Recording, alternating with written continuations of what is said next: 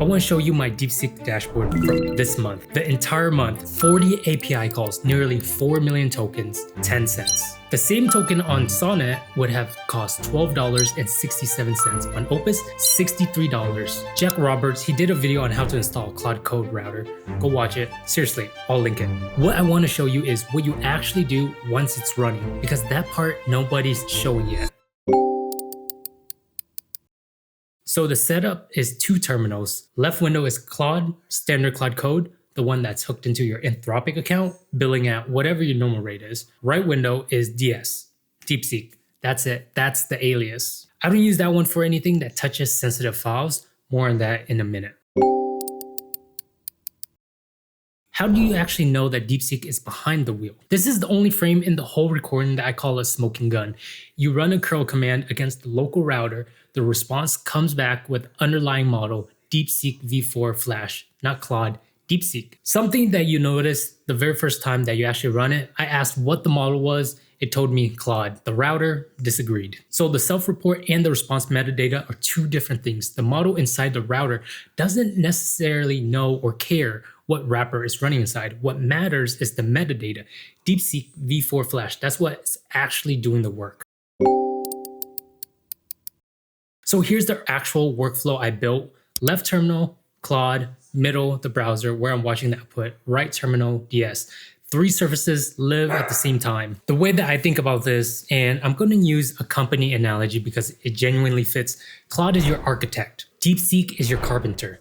The architect is the one with taste. Expensive, it's slow, it's opinionated. You pay for that once to get the plan right. Then the carpenter is fast, it's cheap, it doesn't argue about the design, it just builds the thing. The recording I'm pulling from, this was a real session. I was revising the Arc4 doorway page. Arc4 is my school community. The page needed a little bit of work. I ran it through a 4-critic review using Claude Code scale I built. 1 critic for UX, 1 for copy, 1 for brand consistency, and 1 for conversion. That's all running in the left Claude terminal. And then this is the beat that made the whole system click for me. I typed, now plan out a sample website for Arc4, give the full instructions, and then run a terminal with DeepSeek to code that sample site. I'm not asking DeepSeek to think. I'm not asking it to have opinions about the brand or what the site should feel like. Claude already did that. The spec is done. I'm handing DeepSeek a blueprint and saying, build this. I want you to give yourself feedback. Spawn 3 new agents to give yourself feedback on the design and how it can be more Japan nature-esque Mount Fuji during the cherry blossom feeling with the UI. This is where they both have their roles, the architect and the carpenter. So we already knows the architect to think, and now the carpenter only does the work. It's that simple. So Jack, he flagged this in his video, and he's right to flag it. Your prompts go through DeepSeek's infrastructure. That's China-based servers. I'm not going to tell you whether that bothers you. You know your own risk tolerance, but I will tell you exactly what I don't send through it and what I do. So 3 hard stops for me personally. First, email and calendar content. Anything that has names, meeting details, conversations, that stays in Claude. I don't want a third-party model seeing my client relationships. Second, Notion tokens and page IDs especially. My whole content pipeline runs through Notion. The auth tokens and internal IDs are in my config files. Those never go through DS. Third, voice corpus and unpublished scripts. I have raw transcripts of my thinking in shared voice corpus.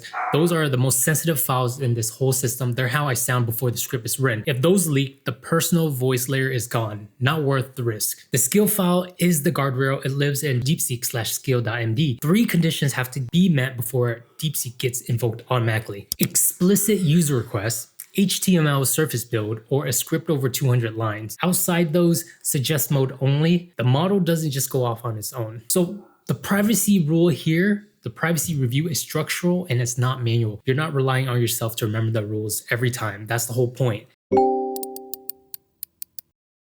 And I want to explain why the number is that low, because it's not that DeepSeek is cheap, though it is cheap. The bigger thing is cache hits. 85% of those input tokens were cache hits. When the same system prompts goes into the 40 API calls, DeepSeek doesn't reprocess the full prompt every time.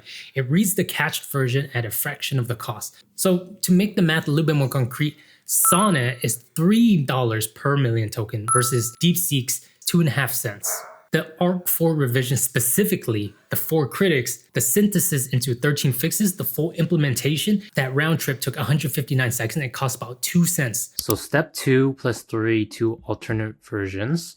It ran for 159 minutes, almost 160. Not minutes. It ran for about 160 seconds, and the total cost was only 2 cents, about 2 cents through the local router. That is really, really cheap. Eventually, you can get a local model too to make it even cheaper. Like, every single change is literally like 2 cents. It's nothing. Look, so throughout that entire session last night while I was building out my website, I spent 10 cents. 10 cents to build out that website, which is crazy. And we know it's Flash, not even Pro. Flash is probably the cheapest one. 40 API requests. And look, this is the part. 3.9 million tokens. It's crazy. The point isn't the exact price. The point is the order of magnitude. So $12.67 on Sonnet, $63 on Opus, 10 cents on DeepSeek with the router. For the same 4 million tokens, that's a different category of decision. Like, that is a huge difference, guys. Come on. 600x. So that's what came out of the session. The ARC4 doorway page, script style, Kobo and Blossom palette, the full brand system. DeepSeek built this from a spec Claude wrote, from a blank terminal to a page I actually used in one session. Now, what I want you to take from this isn't the exact setup. The aliases, the code proof, the cost math, those matter, but they're not the actual thing. The actual thing is the workflow pattern. You use your expensive model for the decisions that require taste. You use DeepSeek for the execution that does it. You stop paying Opus rates for tasks where Opus level thinking isn't required. And I'm not saying it's for everyone. If you're in a regulated industry or you've got privacy reasons not to use Chinese infrastructure, that's a real constraint. But if you don't have that constraint, this setup is worth an afternoon to try. The 4 critics site design review skill, I'll drop a link in the description. It's a Claude Code skill, reusable, and it's the same one I used in this session. You can pull it and you can run it on your own stuff. If you want to see this workflow live, where I'm actually building inside it, asking questions when things break, the whole thing, ARC4 is where I do that. I build it in the open there, links below. So here is our new website, ARC4. AI made you faster, not better. You can click on these as well. If you click on this, it will take you to my school community where you can join. You have this, your voice pass. This part is really cool. Everything you need to ship work that doesn't sound like AI. Weekly drops, async feedback, live calls, workflow library, cut sheet templates, and voice gates. For right now, for the first 20 members, it's free for the rest of your life. After it hits 21 members, we're going to $10 per month. So you can join now as a founding member and your price never goes up. You're locked in. You are grandfathered in. So shipping this week, we have Peter Lim. He built an AI B-roll system that saves 4 hours a week, 16 hours a month. Amelia built an AI outreach system that takes her existing client list and emails future clients automatically, and she never touches outreach anymore. And I created 3 AI systems when I was learning. The comm system, the show form, and the production. Basically auto-produce videos, so I only do experiments and build, saving 12.5 hours a week, 50 hours a month. This is only from this 12.5 hours or 50 hours a month is only from the AI comm system alone. We have what is ARC4, who want to ship better content without the AI slop. You get weekly prompts, async peer reviews, live calls, and a growing library of voice gates and cut sheet templates. Is it really free? Who is this for? It's for solo creators, YouTubers, newsletter writer, indie founder who use AI tools daily but refuse to sound like everyone else. Who's this not for? People looking for a done-for-you content machine. ARC4 gives you the workflow and feedback. You still do the work. How much time per week? Most members spend 30-60 minutes reviewing prompts and dropping feedback. Live calls are optional but recommended.